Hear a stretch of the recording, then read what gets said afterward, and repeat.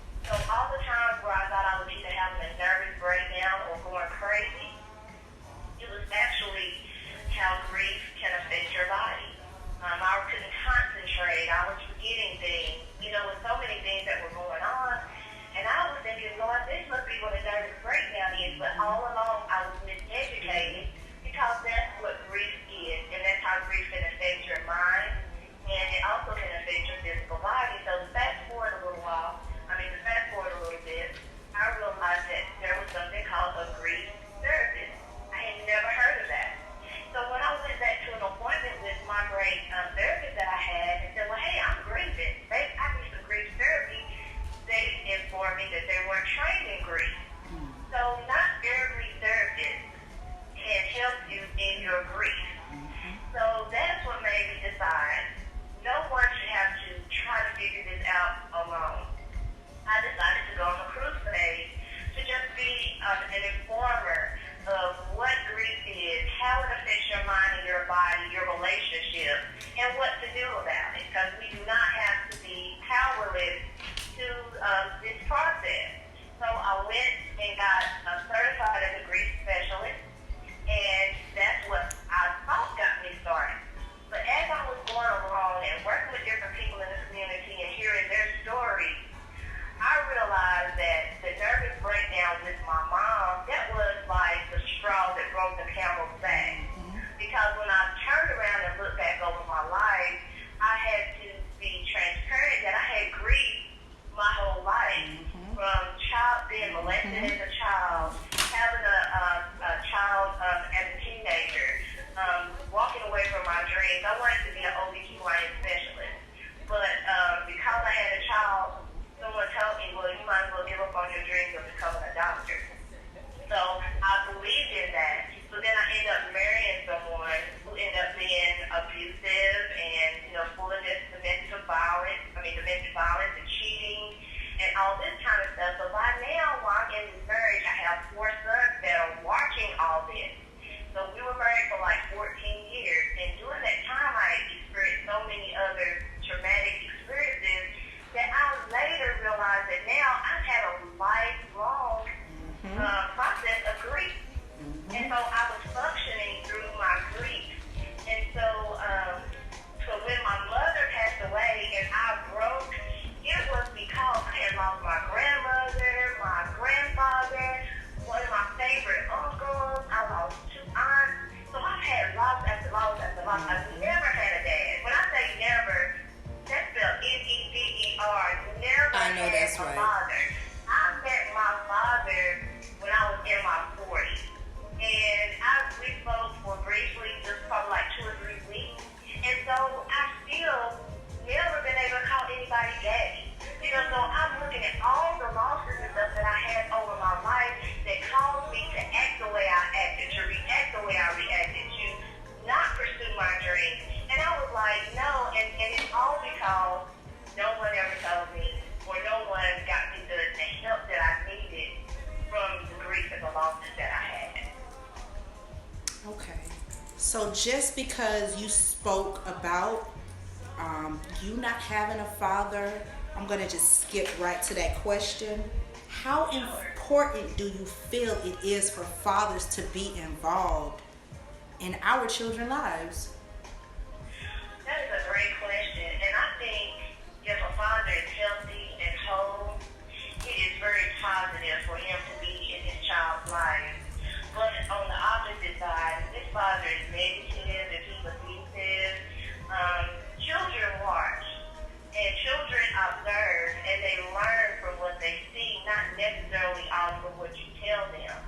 So for example, if a child is crying because they're upset about something, and you tell them, go in your room before I give you something to cry about, what you taught their child was their feelings aren't valid, that they're not important to you, that if you're crying, you should go somewhere private and isolate yourself. And those are not even the words that you said. So to get back to your question about fathers, this doesn't just go to fathers, it also goes to mothers. There is something that they call ACEs. We used to think that ACEs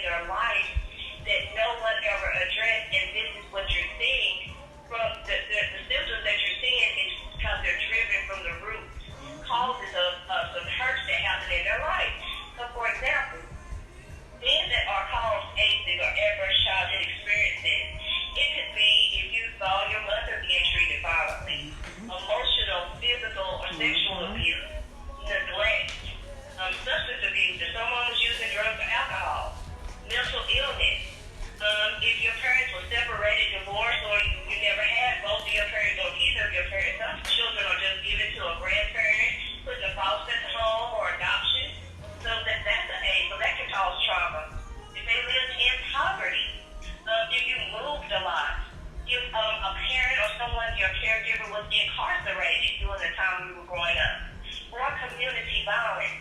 These things are so important that if children observe these type of behaviors from the ages of 0 to 7, do you know it can physically stop the growth of their brain? I'm going to say that again. It will physically stop or delay the development of their brain because it's putting them in toxic stress. So people that have had toxic stress are now adults that are grieving because they experience these traumas and these losses but never knew how to convey them or what to do with it. Right. And I just want to add to and speak on what she just said. When it comes down to your environment or how you was raised, mothers or fathers that are absent from the home, the community, it's so many different things that cause grief. And that's another reason why I wanted her to speak today. Like I said, I felt like what she had to say was very important. People need to hear this because we're stuck on feeling like we're grieving because, and I can relate to question number 2. I can also relate, and you know that as well. I just buried my mom. It's been rough, and I spoke on that a lot. It's been rough. Those hurdles in the road are hard to fill in. How we come up, our upbringing. So right now, at this point, me being a mom, the upbringing of my children really means something, because I was affected in some type of way, and because she was affected in some type of way does not change the way that we should be raising our kids in a healthy environment and showing them what's healthy and showing them what's right and leading them astray. You know what I'm saying? So yeah, I can really relate. When it comes down to living in poverty, I'm pretty sure 9 times out of 10 we all can relate. So yeah, that is a lot. That is a lot on the urban community, most definitely, and I will speak of that highly, the urban community, because it's bad in our community. It's bad. If y'all don't know what's going on, Trump wants to stop the government assistance. He wants to stop the food stamps. He wants to stop all the government assistance. It's bad in the urban community. Now, it is what it is. We come out and we start having kids young, as well as she said, I had a child young too. My child I had, Wraquel, was a day before my 16th birthday.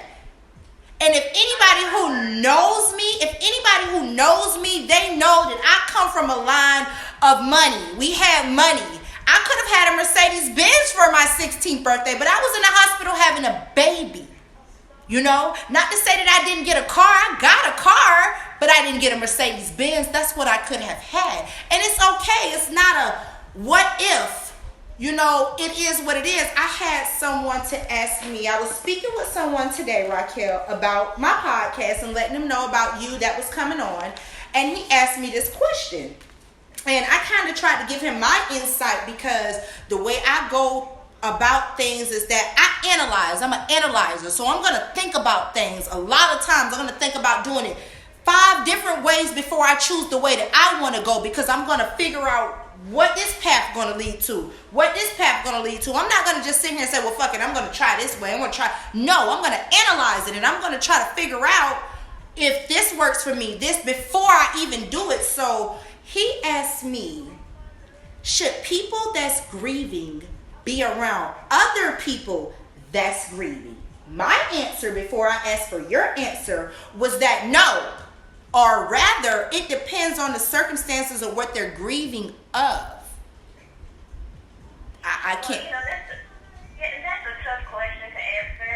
I would say yes and no. It can be helpful. It also can be detrimental because how are they in their grief? See, some people, grief is natural. That's a natural, normal response to any type of loss. There are over 40 losses that can cause grief. It is not just death. A divorce can cause grief, separation, death of a loved one, death of a pet or your friend, imprisonment, personal injury, or even an illness. So there's over 40 losses that can cause one to grieve. So to answer your question is, sometimes being around people that understand what you're going through, they're sometimes a little more compassionate and empathetic to it, because us a person hasn't experienced certain things, we are judgmental. Yeah. People didn't understand about imprisonment until sometimes it happened to their loved one. Or a violent death. They didn't get on board to being an advocate for that until it happened to them. And that's just life. So, with that being said, yes, it is good if you're with healthy grievers, because grieving is you have to go through the process. You have to go through those stages to come out to the other side. Some people get stuck. And when you get stuck, you fight the process, you fight the feeling, you fight the emotion, you fight moving forward. And life sort of just keeps passing you by, and you're kneeling, and then you feel so broken because no one stops to turn around and say, hey, Wraquel, here's my hand, come on, let me just pull you along. So, if you are grieving, yes, surround yourself with other grievers. Also, you can surround yourself with your family, or there are people in the community that are trained to help be support. Because one thing about grieving is you have to be careful of what you say, because what you normally say may be offensive to someone. So there's so many, what you do say, what you don't say, how you act, how you don't act. It's funny that she says that, you guys. Yes. It's so funny. No cookie cutter. It's no cookie cutter answer. It depends on that individual. That's right. And I mean, I say that it's funny that you say that, because all my life, we, as kids, we love mama jokes. Your mama this, your mama that. And again, like I said, I lost my mom 2 years ago. I don't do mama jokes. And I used to. I like to play with people. We love your mama, step on the crack, break your mama back. I don't even tolerate that. I'm not even gonna lie. The way I feel, the process of what I've been going through as far as grieving and dealing with what I'm dealing with, I don't even deal with them. I don't even deal with that. And that's like an old common joke. Step on the crack, break your mama's back. I don't even deal with that. So if even somebody came up to me with a mama jokey and mama, I tell them quickly, look, I love to joke. I'm goofy. I love to laugh. I love to play. I don't do mama jokes. I don't. Exactly. I do not do mama jokes. And I want to add this to that, because you're talking about mama jokes and we're speaking about females, but here's one thing that is overlooked that I'm going to put it out here on your podcast today, and that is men grieve too. Yeah. Men hurt too. They may grieve differently, but they grieve too. So if you have a man that has lost a parent, lost a child, lost a friend, lost a loved one, lost a job, because men take pride in their work. Yeah. They may go through a divorce, a separation, a breakup. Even breakups can break your heart, right? You agree? Yeah, most definitely. Please understand that his anger, his distance, his use of alcohol and drugs may be too quiet. And anybody, these could be things that other people use too, but also if you see this in your man, remember that it could be his way of trying to quiet or silence that pain. Reach out to him. Be that support. Allow him to talk, or get him into some professional help. Find a grief therapist. Again, don't take him to a marriage therapist, a church therapist. Find a grief therapist that can help him walk through that process, because men grieve too. Look at some of the guys that got kicked out of the NFL or all that. Yep. These men are somewhere grieving their loss because of a choice that they made. So understand, you can be poor and lose or experience it, or you can be multi-millionaires. Anyone can grieve. Grief is the only thing that does not discriminate. It doesn't matter the cause of death or loss. It doesn't matter the age. It doesn't matter the race. So many people are grieving miscarriage. And don't even know it. Look. Abortion. Grieving that they had abortion. Loss of infants. Some people feel like just because your child was 80 years old or 40 years old, how can a person that baby was only 8 weeks old and in your stomach, how are you grieving so bad? That is a loss to that It person. is. Because of the hopes and dreams that they had wanted one day For that child. their life could be. That's right. Exactly. So please be mindful of that, of everyone. Okay, so what are you trying to achieve or what's your sole purpose for what you're doing right now? What is your message that you're trying to send out to other people? Because just like you said, we don't even know we're grieving sometimes, you guys. And let me just state that, or ask you rather, we're misdiagnosed sometimes. Exactly. And I'm glad you said that, because grief, you feel like, well, I just won't deal with it right now, or you suppress your emotions, or you won't cry, or you'll keep busy and you work. So you avoid grief, but understand grief doesn't go anywhere. It gets trapped into your body. That's right. So if you're having headaches, or if you can't sleep at night, some people go to the doctor because they think they have an anxiety or bronchitis or a heart attack. Some people feel like they have back or knee pain. And they'll go to the doctor, and the doctor say, well, I'll write you stuff for insomnia. I'll give you this for bronchitis. I'll give you a Xanax for anxiety. But he doesn't know that you're grieving. So if you said, I'm having, or these symptoms appear after this particular thing happened in my life, that will help the doctor to appropriately treat you, diagnose you, and treat you. Because a lot of times, we don't need those medications that you're giving. Now, keep this in mind. The opiate epidemic is out of control. Out of control. People are out of having control. to take so much medication. A lot of people, they have dealt with death, trauma, and loss.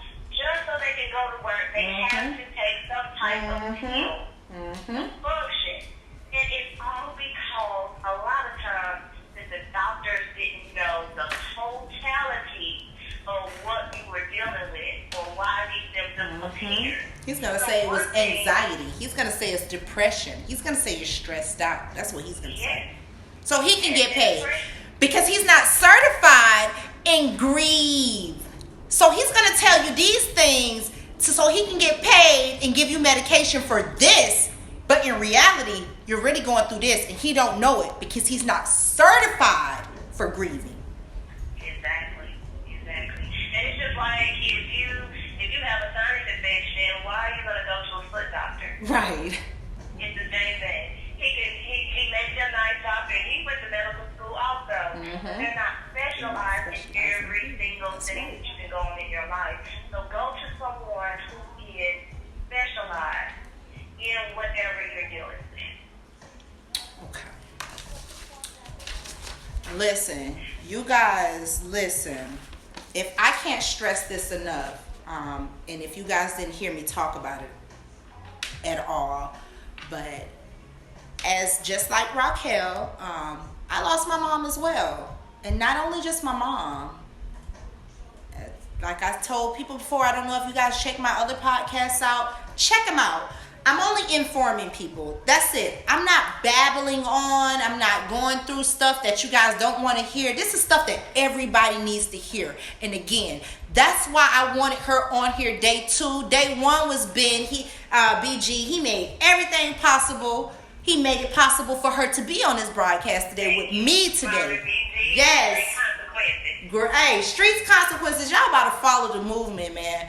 We're doing some great things right now. And I just can't stress the fact that now 2019, in the last 11 years, I've buried both of my brothers and my mom. And the grieving process alone, I was in denial about. I'm not going to lie about it. Even my children. I don't really know if I spoke with you about it. I know we talked. But my daughter, my oldest daughter, who is a senior now, she's graduating next year, she sat on the side of my mom, watched her take her last breath. She didn't watch her take her last breath. I don't want to say that. But my daughter fell asleep holding my mother's hand at the hospital while she was dying. And I had to wake her up. Her name is Unique. I had to wake her up and tell her to let mama hand go because mama was gone. And our children grieve. The point of what I'm saying is that our children grieve. And we're stuck. Let me tell you how we are in the urban community, because I don't want to just keep saying black this, black that, because I'm not racist. I love people. In the urban community, we're stuck on we don't need no help. Oh, I don't need no counseling. Oh, my baby don't need no counseling. My baby needed counseling. And I was unaware because I needed counseling. I didn't understand how to help her because I was trying to help myself. At the same time, my baby sat and watched my mother die. And when I woke her up, I kind of tapped her to wake her up to tell her, you need to let mama hand go because she's gone now. My baby had a total breakdown. My children are emotionally fucked up. Exactly. Emotionally. And that's what's sad about it, because we don't have these conversations in our home. We don't teach our children about laws. We teach them to replace the law. For example, if their dog died, you say, go get another dog. Nobody with another. Yep. It's the same. Don't you watch your guys do that? They break up with a girl. Oh, don't worry about it. Go get you another one. We're taught to replace the law or whatever. But one thing I do know is that when my mother, growing up, when my mother lost her mother and her father at different times, but I just noticed that until the funeral, then nobody talked about it really no more. And I avoided it because the times that I would bring it up, it would make her sad, so I wouldn't talk to her about it. But I should have talked to her about it because I needed her to teach me, what do you do when you lose somebody? No one teaches you that you're going to feel like you're losing your mind, or that you make it. No one ever prepares you for what it feels like to have to lose someone that you're close with. I'm not talking about a cousin that you know is your cousin you haven't seen in 40 years. I'm talking about that person that you interact with daily. Now, how do you replace that loss? You know, now I'm used to talking. I used to talk to my mama 9 or 10 times a day. That was the hardest thing for me to do. Who am I going to talk to all day now? It was those type of things, but because I was not taught what to do to experience a loss. So your question to me is, what is my mission? What is it I want to do now? One thing that I do now is I shout from the mountaintop. I was blessed to give birth to 4 handsome sons. Oh, that's right. Farmer, Jerry Turner, Joshua, and Demetrius Turner. 4 great boys who saw me go through so much stuff. ACEs and adverse childhood experiences is just now being exposed and known in our community. And I put my children in some dire circumstances. Being around men so they can have a father that was detrimental to their life. So the number one thing is, everywhere I go, I always tell my children, I'm sorry because I didn't know better. I had my first son 2 weeks before my 16th birthday. Wow. He now has a 15-year-old daughter, and I tell him, look at your daughter. I do not believe that. You're not going to sit here and tell me you that old, because I do not believe that. Yeah, and check this out. So now he has a 15-year-old daughter, and I tell him, imagine some man touching her body, impregnating her, and her becoming a mother. So all the mistakes that I made, I was just a child trying to do some grown-up type stuff. So I have to apologize everywhere I go. But I want people to know about these adverse childhood experiences so nobody else's children have to continue to hurt. Another thing, why I share this, because a lot of times when your children are in school, they claim that they have ADHD, they may have bipolar, they can't concentrate, they're running around, they're talking. But if they just left home and mom and daddy was fighting, if they just saw daddy being incarcerated, if they know the dad moves in and out every 2 weeks, that child is living under toxic stress. He is in fear. So if they don't know what's going on in that child's household, guess what they're going to do? They're going to put that baby on it. Oh, he ADHD. He said, no, it's not his environment. It's toxic. So that's what my mission is. My mission is to go around and share with people about toxic households.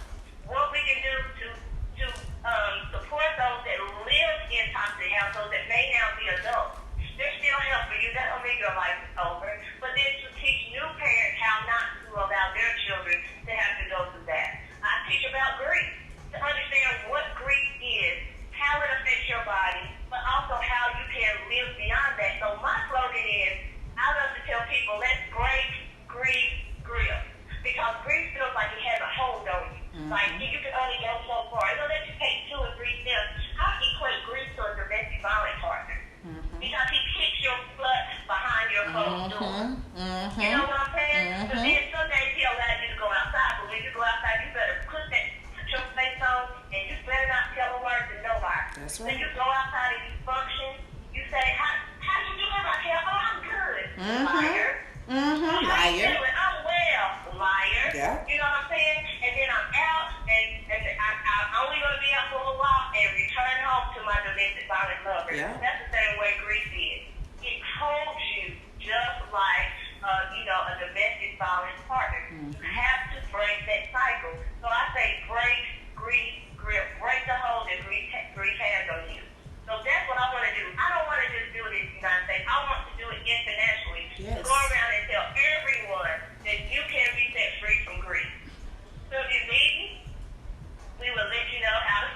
Right, most definitely, for real.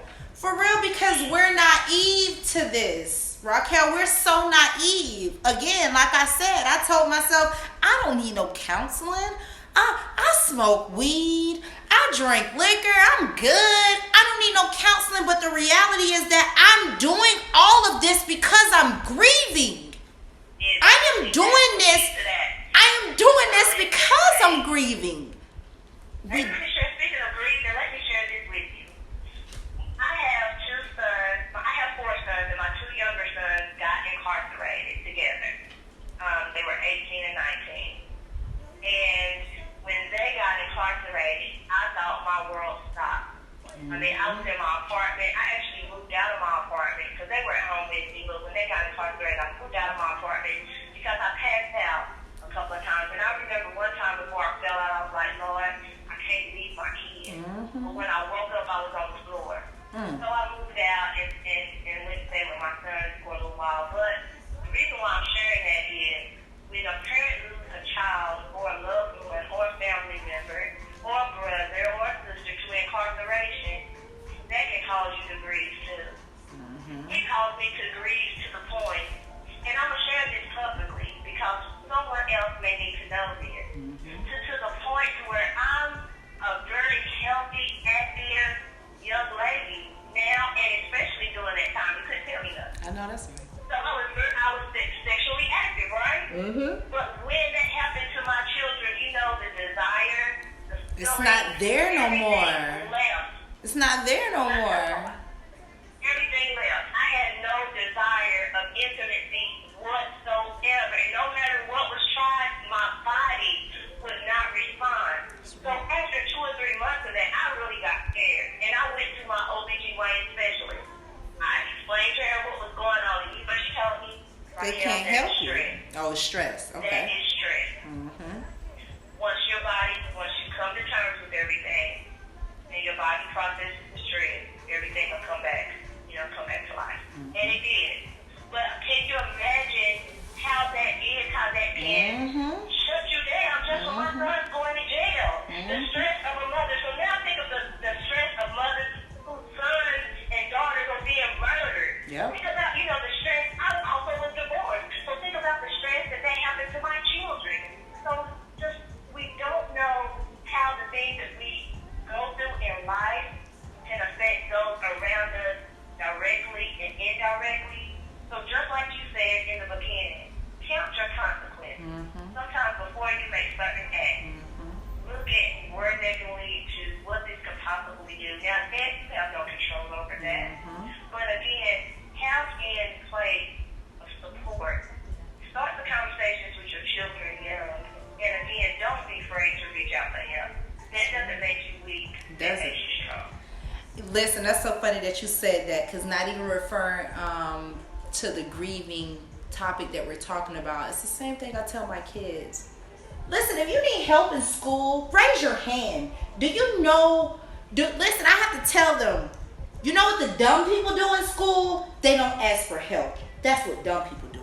If you need help, I am a question asker. I will jump on my phone. I will jump on my laptop. I will look something up if I don't know it. If you need to know something, ask it.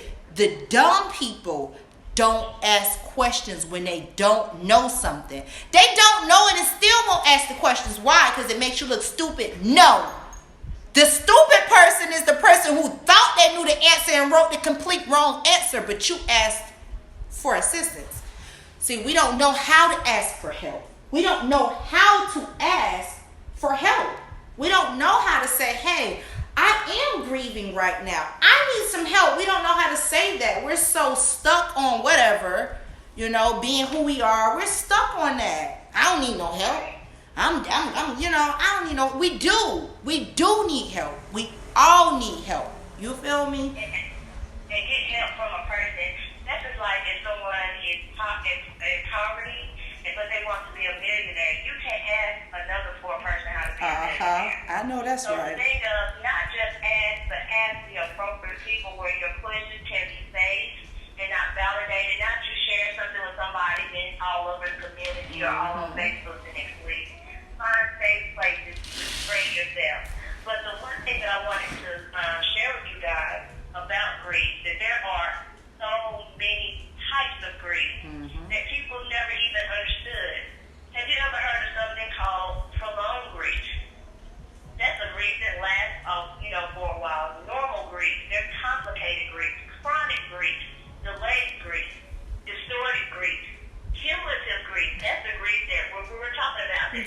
never heard of anything several like different that. incidences, accumulated, exaggerated grief, secondary loss, traumatic grief, collective grief, ambiguous grief, Wow. absent grief, abbreviated grief. I'm telling you, when you find out, I did not know that there was so much to grief, like anticipatory grief. That's if you have someone that is chronically ill, or terminal ill, or in hospice, and you watching this loved one I went through that slowly myself. die. I went through that myself. Slowly die. Now the thing about that is you're grieving the pending death. You're grieving not knowing when it's going to happen. But also sometimes you feel bad because you're like, Lord, just go ahead and take them. I don't want them to suffer. Yep. But you feel bad for rushing them off because you don't want to be Listen, with them. it's so funny that you say that, Wraquel. I have to cut you out because I know what you're talking about right now, right? I want you to share it. I know you do, and I'm going to because I got my cup, so I'm gonna share it. I watched Mama leave here. I tried to prepare myself, but there was no way that I could prepare my kids. There was no words, and again, I'm just gonna say that because when I lost my two brothers, my mom had 3 kids. We didn't come from a very big family. I'm just gonna talk about it real quick. We didn't come from a big family. My mom had 3 kids. And from my mother's 3 kids, Wraquel, she had 17 grandkids. Wow. 6 of them being mine. I do not miss that when I tell people when they asking me how many kids you have. I had 6. This is something that I try to prepare myself for. I tried to prepare myself because I knew in 2011 when she was diagnosed with ovarian cancer that there was no cure. I knew she was going to die. When it came down to the time and she fell very, very ill, I wasn't ready. You're not ready. There's no way to say that you're ready, but you try to prepare yourself emotionally, physically, mentally, for knowing that they're about to go. And yes, that stress that you talk about, no one told me about that stress. No one told me anything about that stress. But when you said it just now, I've been through that. And I watched her. I literally watched her take her last breaths. Because I was the person on her advance directive. I made the decisions for her. When I knew she wasn't breathing no more, I did not panic. I don't know why, because I was already in a panic state. When I watched the foam come out of her mouth and knew she was leaving, I didn't jump up and go call the nursing station because I knew that I put that do not resuscitate on her. I did that. Because I felt like if God take you away from this earth, nobody should try to bring you back. And if she died from natural causes, then she was gone. Do not bring her back. So I sat there. I knew she was gone. And again, like I told you, my daughter was holding her hand. I knew she was gone. I sat there about 3 minutes before I shook Unique's shoulder and told her, get up, baby girl, she's gone. And listen, man, it was the hardest thing I have ever went through in life. I don't know if I would ever go through anything as hard as that besides losing one of my kids. And losing one of your kids don't mean that you lose them to death. It could mean that you lose them to prison for the rest of their life. That's losing your child as well. We have to acknowledge what grieving is about. It's not just losing someone who dies. We're losing someone who goes away for a long time and you may not ever see them again. Like her kids, I don't know if they're going away to the extent that they're never coming back. I don't know that. Do not know that much. But I know that even if they're leaving for a little while, it fucks with you. I could not imagine my life being differently without these kids.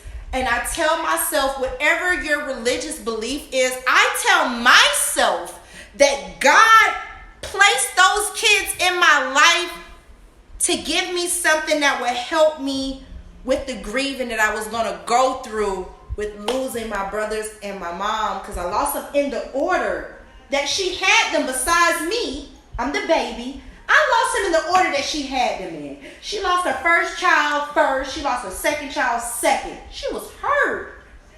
Wow. She was hurt. And I knew it. It was days that she would FaceTime me when I was still in Florida. I mean, snotting and crying in the phone, Wraquel, and I couldn't even, at first, like the first time she did it, and I'm looking like, Mama, what the hell wrong? I said, Mama, what the hell wrong with you? But when I thought about it, it clicked in. I'm like, oh my God. And my grandma was up in Georgia with her from Florida. She was with her. So I hung up. I called my grandma's phone. Grandma, go in there and check on Mama and see what's wrong with my mama. When I tell you that she had the fucking iPhone sitting sideways on the pillow and she had snot running down her fucking nose and her eyes, I was like, what the hell, Grandma, your child is in the room going through something. I need you to go in there and check on her. But yeah, it took me, 0 seconds to understand what she was going through. But we cannot relate if we have not been in that situation. We can relate in some ways. I can relate to losing my brothers and losing my mom, but I cannot relate to losing a child. I cannot relate to that. So her... You know what? You still really can't relate. I can't. Another person I can't. That's lost their brother, that it may be similar. It is. But It's still different. That's right. One thing that they teach us never to say is never tell someone, I understand how you feel. Yep. Because Okay. you don't, because that person may not like their brother. Yep. They Yep. have been close. And you may have been super close, so your grieving may be totally different. But the thing of it is that I understand loss. Yep.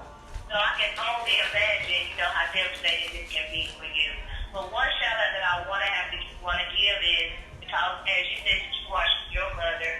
My brother was there. He was in Atlanta, Georgia. I told you we had so much similar. My sister's in Jacksonville, Florida. Oh wow, yes, we talked about that. Yes. Yes, and my brother was there with my mother during her last time. She was actually about to move to Knoxville on April the 18th, and on April the 17th, I couldn't get in touch with her, so my brother lives not far away from her, and just to condense the story, he went by, I kept calling him, he went by her house a few times to check on her. He thought she was just sleeping. So on about the second or third time that he went back over there, she was running to the bathroom, was having a bowel movement or something, so he was like, she's not looking good. She kind of laid back on the bed, like, she was out of breath. So I told him to call the ambulance. So fast forward, later on, April the 17th was also my son's birthday. Oh my God. So eventually, she took her to the emergency room and she passed away. They revived her. And then, I just said in her compassion, she waited till after midnight and passed away on her death certificate April the 18th, but she really passed away on my baby boy's birthday. Girl, you know what? My brother Adrian Duke, he was there with her, and he had to watch all that. So sometimes there are certain memories that can never be erased out your mind. And so I always thank him for taking care of my mom, because he was there with her where I wasn't. Like, I was back and forth, but, he was able to be with her at a lot more appointments, and he just so happened to be in town during the time when she passed away. So I was really thankful for that. My cousin Richie Lynn and my cousin Eddie, they all made it to the hospital. And I was traveling from Knoxville to Atlanta. I was at a Waffle House in Chattanooga off Charlotte Road on the phone with her when she passed away. So Oh my God. that was really hard. And it was hard for me for years to ride past Charlotte Road. So this year was the first time I was able to drive by and actually get off the exit without feeling some type of way. Mm-hmm. But it's those type of things that are embedded in your memory. Right. And yes, that you have to go on. But I just want to tell everyone, congratulations. You are not crazy. Your grief is real. And there are options that can help you break grief's grip and live beyond your loss. So if you need me, I'm just going to say this now in case our conversation continues, but my phone number is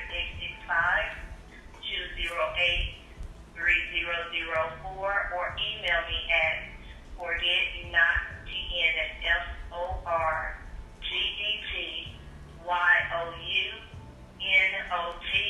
capital TN @gmail.com, forgetyounottn@gmail.com, or look me up at Facebook, send me a friend request at F by N, and do space celebration, FYN funny. It's so funny because I know we didn't talk about this, but my mom actually died at 11:45 December the 6th on 2017. My birthday is January the 6th.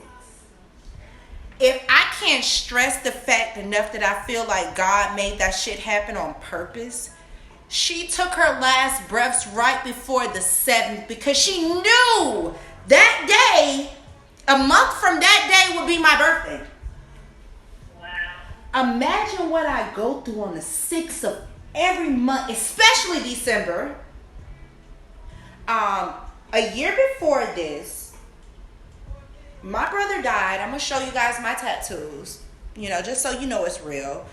My brother died December the 15th, 2016. My mama died December the 6th, 2017. She didn't even make it a year after we buried her second child. She was hurt.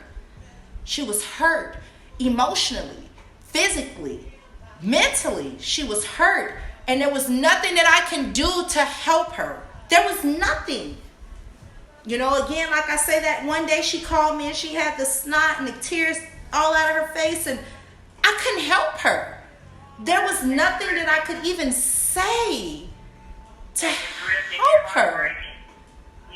My first question was when I answered my FaceTime, Mama, what's wrong? And then it clicked in instantaneously.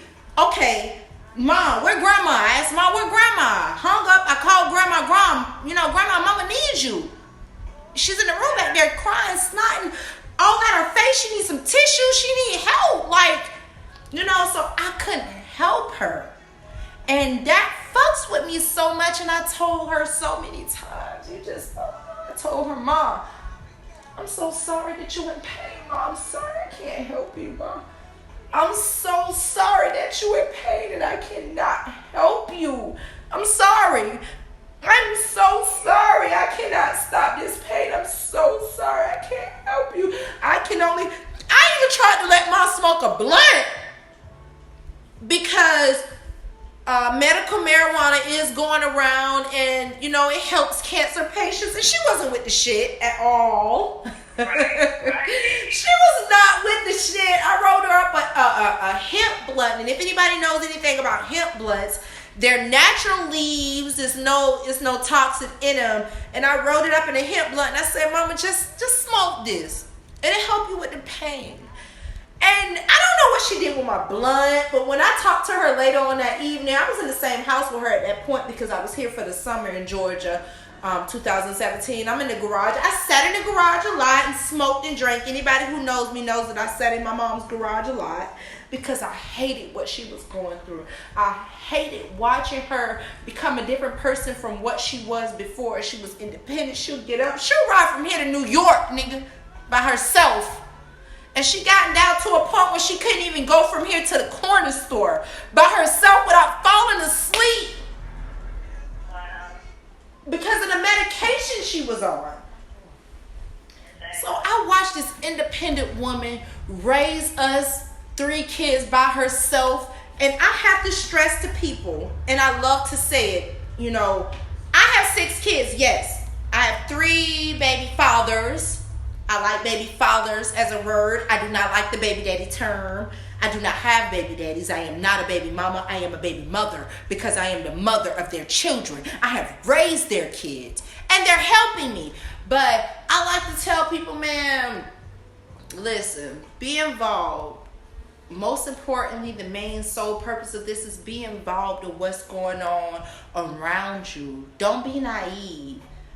Don't sit and say, just like you said, I understand what you're going through. No, you don't. Because you lost your brother to cancer and I lost my brother to a home invasion. My second oldest brother was lost to home invasion. Somebody kicked in my mom's front door and I lost him a year before. Like I said, a year before my mom died, I buried him a day before Christmas Eve.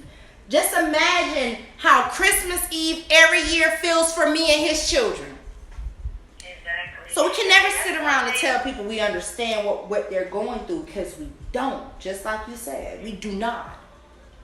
And that's the one thing that grief therapy helps people with is that it doesn't make you forget your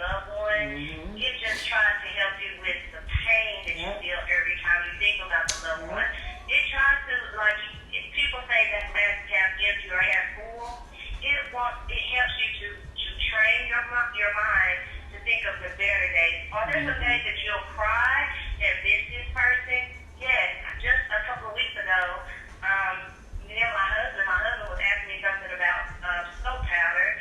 I get upset and I'm crying for some reason, and then I'm crying for like 45 minutes, and in the next time I'm saying, Mom, I just need to see your face, I just need to see your face, I need to hear your voice. And it just came up to me at that time. Like, I haven't had a hard cry in so many years because I don't like getting sick after I cry. You needed it. And I needed that. But I was able to say, Mama, I need you. When I thought that part of me was over, and I was explaining to my husband. It's never over. A mother, especially a good mother. I had a good mother. A mother's job is never done. Yes. But she carried me. That's So right. I heard her voice before I even entered this world. That's The right. first years that I was born, I would hear her voice. Anytime I cried, she would be the one to comfort me. I saw her face before I ever saw my face. So I looked to her. So even as an adult, I still sometimes long for the comforting words, the voice, or to see her face that made things feel better. But understanding that, but that was a one-time moment. If you're feeling this constantly, if you're feeling sad all the time, if you're at the point to where you dread certain months, you feel like certain weeks, and you feel like that whole week or that month is going to be bad because you know that anniversary date is coming up, and those are things that are complicated grief. And those are signs to say, hey, go and talk to someone to get that worked out. Thank you, because Brandy. months should be able to come and go, and without you having to dread it or feel like, oh my God, I'm just going to shut down and become depressed or you isolate. That's what grief will do if you don't realize what it is. So now that you know what it is, you'll be prepared. So when November comes, you'll be like, well, hey, December 6th is coming. But instead of me feeling sad this year, maybe this year I may draw a picture, or I may print up a book, or I may do this, or I may whatever it is. Try to find something that will put you in a higher energy versus saying, oh my God, I'm just going to break down. I'm just going to give up. I'm learning that now, Wraquel. That is okay. But if you're at that point, that is okay. That is no judgment. This is just saying that making you aware of what that is, and that there's help available. That it doesn't always have to be like this. I'm saying that because, like I said, I still have to learn to celebrate my son's birthday. We have to dread it. Oh my God, my mom really died on this day, and then she really died tomorrow too. I don't do that intentionally, but I had to through help, through a process, and through learning about grief.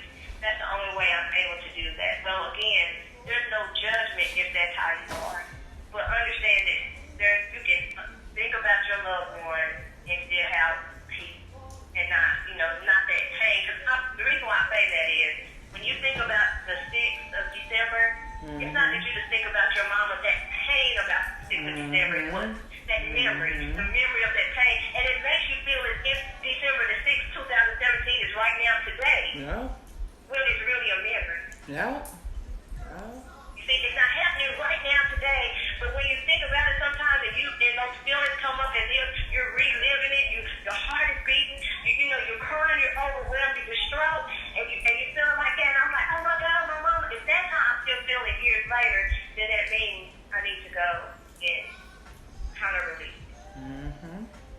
Get some help. So that day, I'll remember that it's just a memory. It's just that a I'm memory. safe today. I'm safe today. This is just a memory, and that it's not a good memory that I'm texting. It's just a memory. But we can go ahead and process and prepare for tomorrow.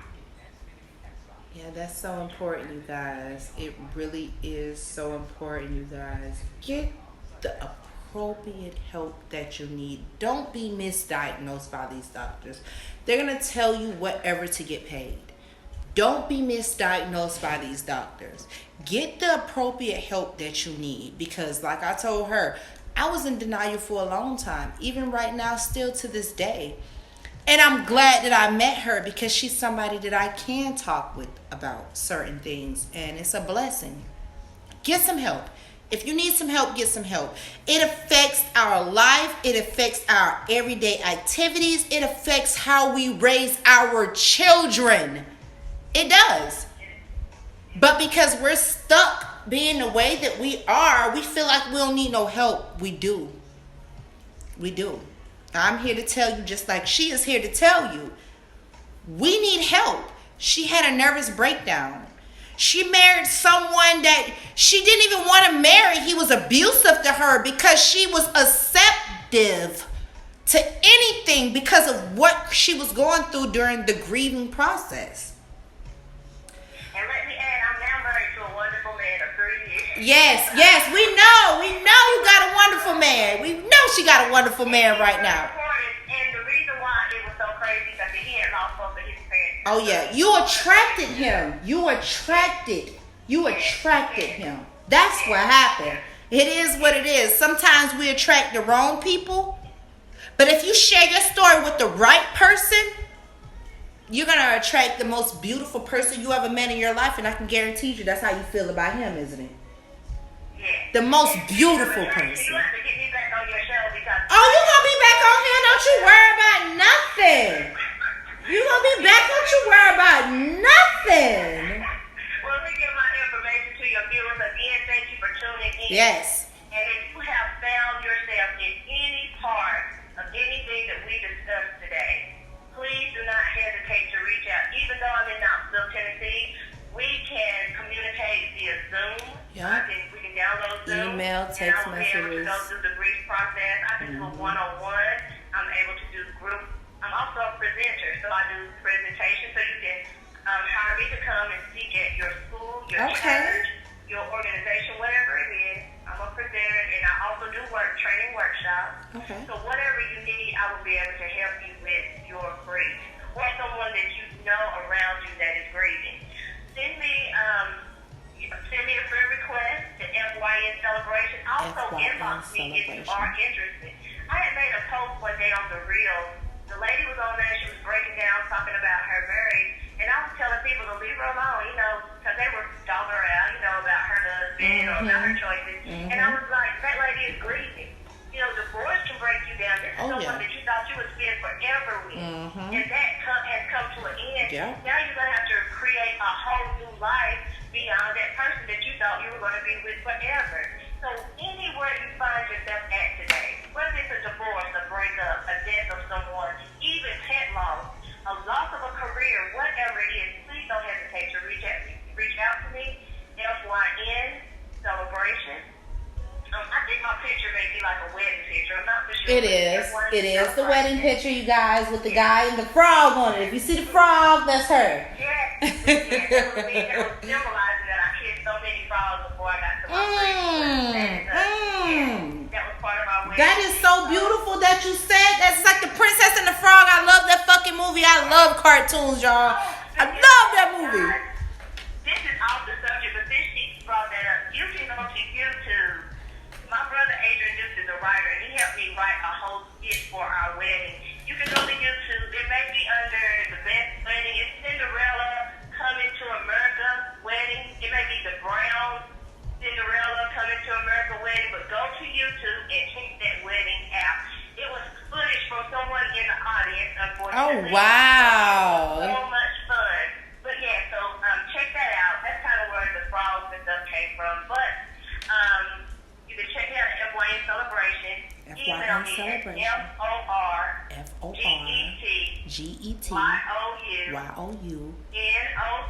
FORGETYOUNOT capital TN at gmail.com. 865-208-2004. Let's break it.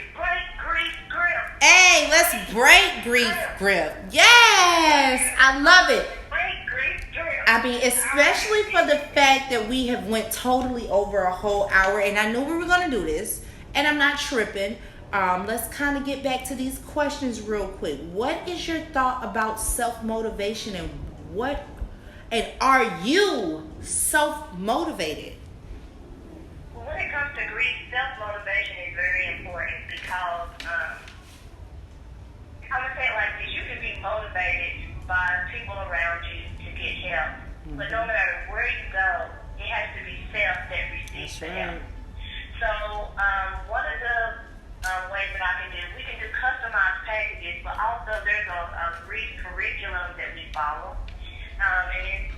But it's providing tools to help you understand grief and lead you through that process. Now, that's an 8-week training period. Okay. You will read a book, do homework, but it's you doing the work. I can give you tools, but I can't do the work for you. So I'm like your cheerleader to help you through this journey, but I can't do the journey for you. Or any grief specialist can't do the grief for you. So self-motivation is very important. That's just like the Bible sitting on your table, or you know how you may have a glass of water, you already thirsty. Well, you don't want to pick up the water and drink it. No matter how much I say, maybe I have some water for you so you don't have to be thirsty. I can even hand it to you, but if you don't allow it to enter into your mouth and you swallow it, it's not going to do any good. I have 30 types of vitamins in my cabinet. If I don't take the vitamin D, black seed oil, and all this stuff, I just have a healthy cabinet, right? Yep. And that's the same way it is with any type of education, especially grief education. If you don't take what's given to you and apply it to your life, then it's not gonna be successful. But if you apply it, it really works because it's evidence-based program.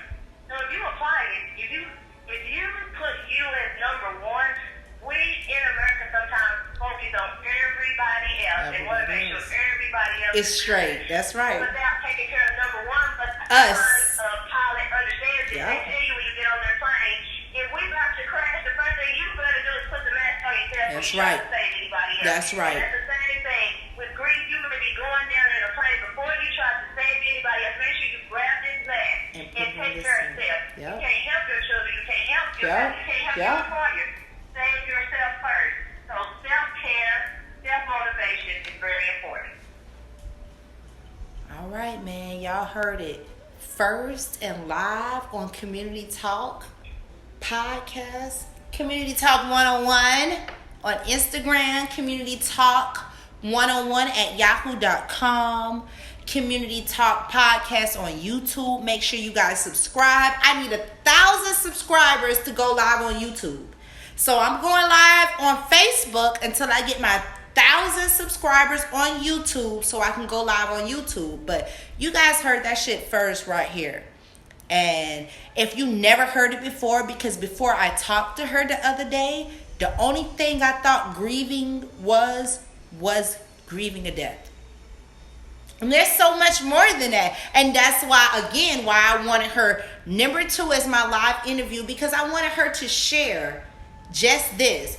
I don't know how many people she may have touched. I don't know how many people she may touch when you guys see this, but I hope she touched you. And again, go ahead and just repeat your contact information for everyone so they can get in contact with you, so they can reach out to you. Okay. And my name is spelled WRAQUEL, Mr. Brown. I'm at Forget You Not, TN at Gmail. I'll spell that as FORGETYOUNOT, capital TN at gmail.com. My phone number is